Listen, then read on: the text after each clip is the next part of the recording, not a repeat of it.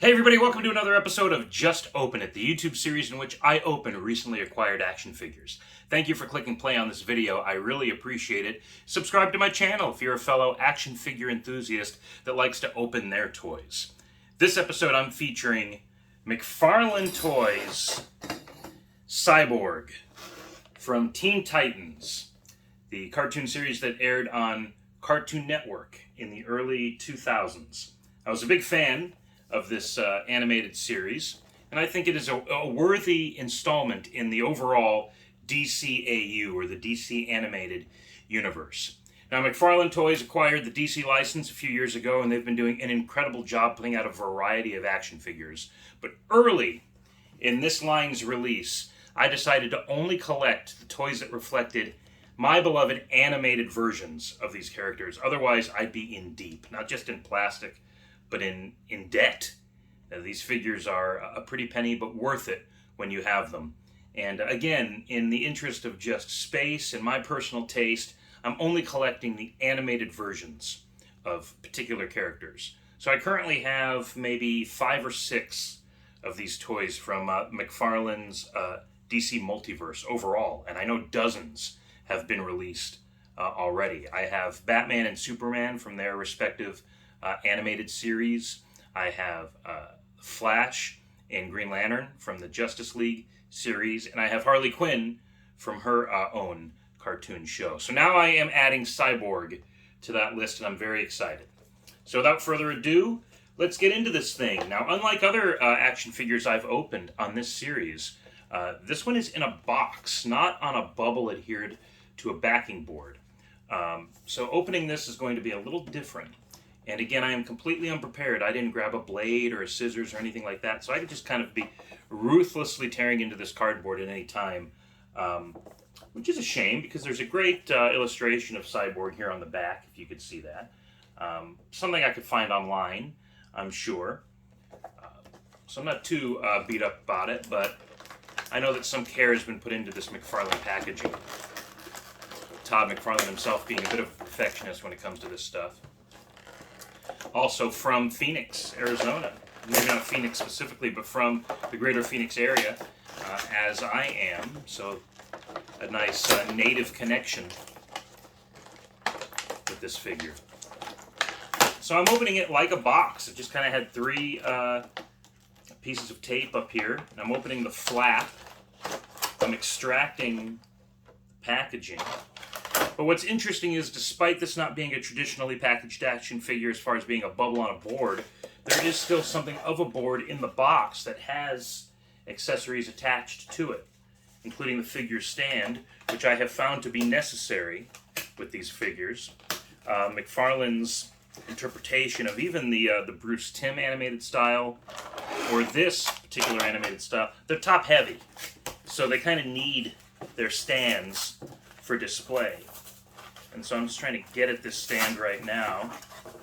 Like I said, there's a bit of a ruthlessness to this. I'm not all about these collector's cards either, because frankly they're difficult to extract without creasing or bending in some way, because they're so strongly adhered to this cardboard backing, which I guess is great for shipping and whatnot, but as far as collectability, there it is. And I think I did indeed crease it somewhat, so it's not in pristine condition, nor do I necessarily care for it to be. Like I said, it's just, and then it's got some stats and description on the back, but look at all that empty space there that could have been filled with some fun text or trivia or something. So I'm going to put as much thought into that as they did, I guess. And then the stand itself is in there pretty good. Give me a second on this. You know, speaking of the character Cyborg, he has attained some mainstream popularity in the last 10-20 years or so. When DC relaunched the Justice League, they included Cyborg as a core character with their New 52 reiteration of their comics. If you're not a comic book collector, that might not make any sense to you. So basically, a few years ago, DC restarted all of their comic book series with a #1 issue. You know, so some comics, like Action Comics, in which Superman first premiered, was like nearing issue 1000, and it has since reached that issue and continued. But at the time, they restarted even those long-running series with a number one in the hopes of reinvigorating the comic book industry. And it kind of did for a short while. And when Justice League restarted with number one, it was actually the first, if I remember correctly, of this new 52, so-called, I think, because there were 52 titles they were relaunching. Coincidentally, one for every week in the year.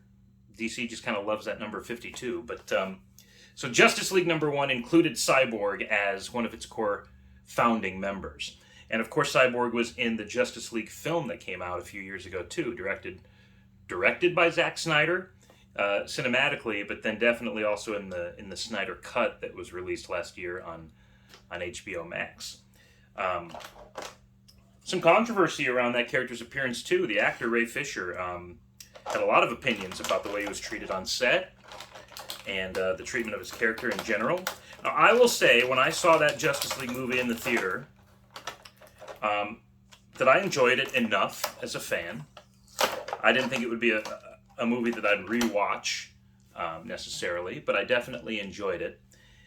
And when Cyborg's character, spoiler, says Booyah at the end, I thought that was cool. I thought it was a great through line from his cartoon iteration, and I was glad to see it included. Now, I guess Ray Fisher didn't feel the same way, and he thought that it was a controversial move, perhaps even a potentially racist move for his character to say Booyah, especially when other characters, like perhaps Wonder Woman, didn't say like Holy Hera or whatever she might say.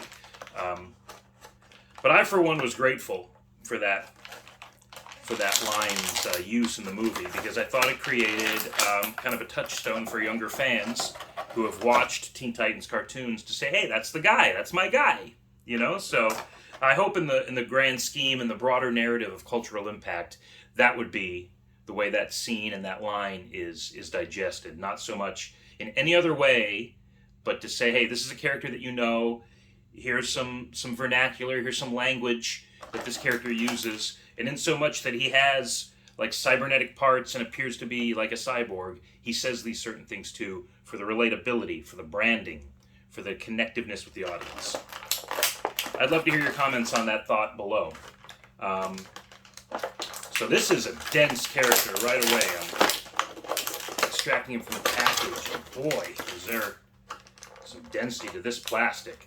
And it's got not a plastic band holding it in, but like one of these like T-cords. I don't know exactly what you would call it, but the kind that like stores use for to adhere price tags, fabric and whatnot. Here, I'll show you in a minute. Good God, man. Definitely the most difficult to just open it yet, because he's not just opening.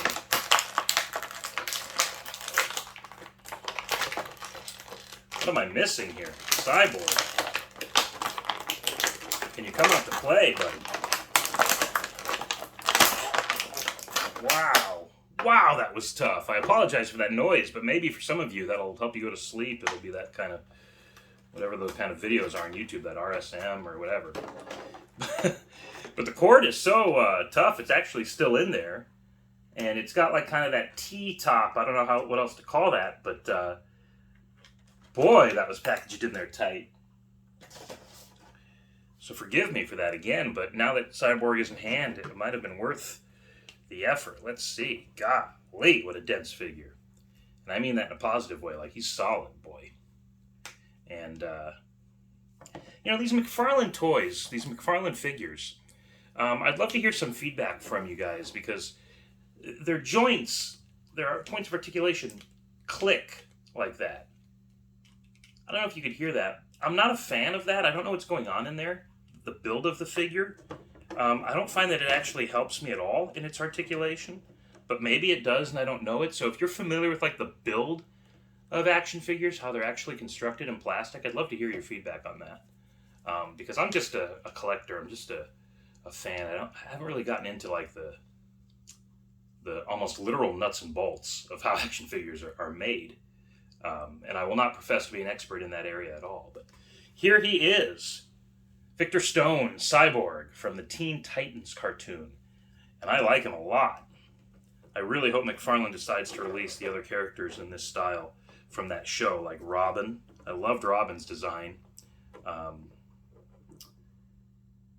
There he is, freestanding, even in kind of a cool pose. Now, here is a cannon blast accessory, so I should be able to remove a hand.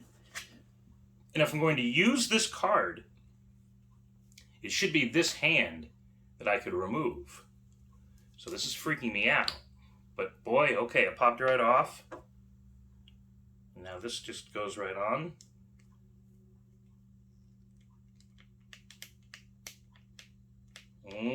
Not super easy, but you get the point here, right? There he is, firing an arm cannon at you, as cyborgs do. So, booyah! Pretty cool. I actually prefer the hand. If you're watching these videos, you might be getting a sense that I'm a bit of a purist with these. I enjoy kind of a simple look. If they could hold all of their accessories, awesome, for display. If they can't, so be it. And I'll just put one key accessory like Skeletor's Havoc Staff or He-Man's Power Sword in their hand, or maybe a Batarang for a Batman figure. Otherwise, I don't mind the figure standing without accessory like this. And I will say this is probably the first McFarlane toy that I'm delighted didn't need a stand when I stood him up. But I will still put the stand here, and that just makes him stand even more easily. Oh, or not. I guess I didn't put it in there all the way here. Here we go. Well, now I almost prefer this figure without the stand, but I'll mess around with that later, and he will join his other Titans on the shelf, and they're various incarnations right now. Of course, this is the only Teen Titans figure so far in this style that McFarlane's Toys has released, but I am definitely an advocate for McFarlane Toys putting out all 5 of the core Teen Titans from that series in this style, because it's very cool. No matter how tightly you package them, I will get them out. And I will show you here on YouTube what I do. So thank you very much for watching this. I really appreciate it. Join me next time when I look at the pile of my of toys in my living room here, and I pick one out and I look at it and I tell myself, you know what? Just open it. I'll catch you next time.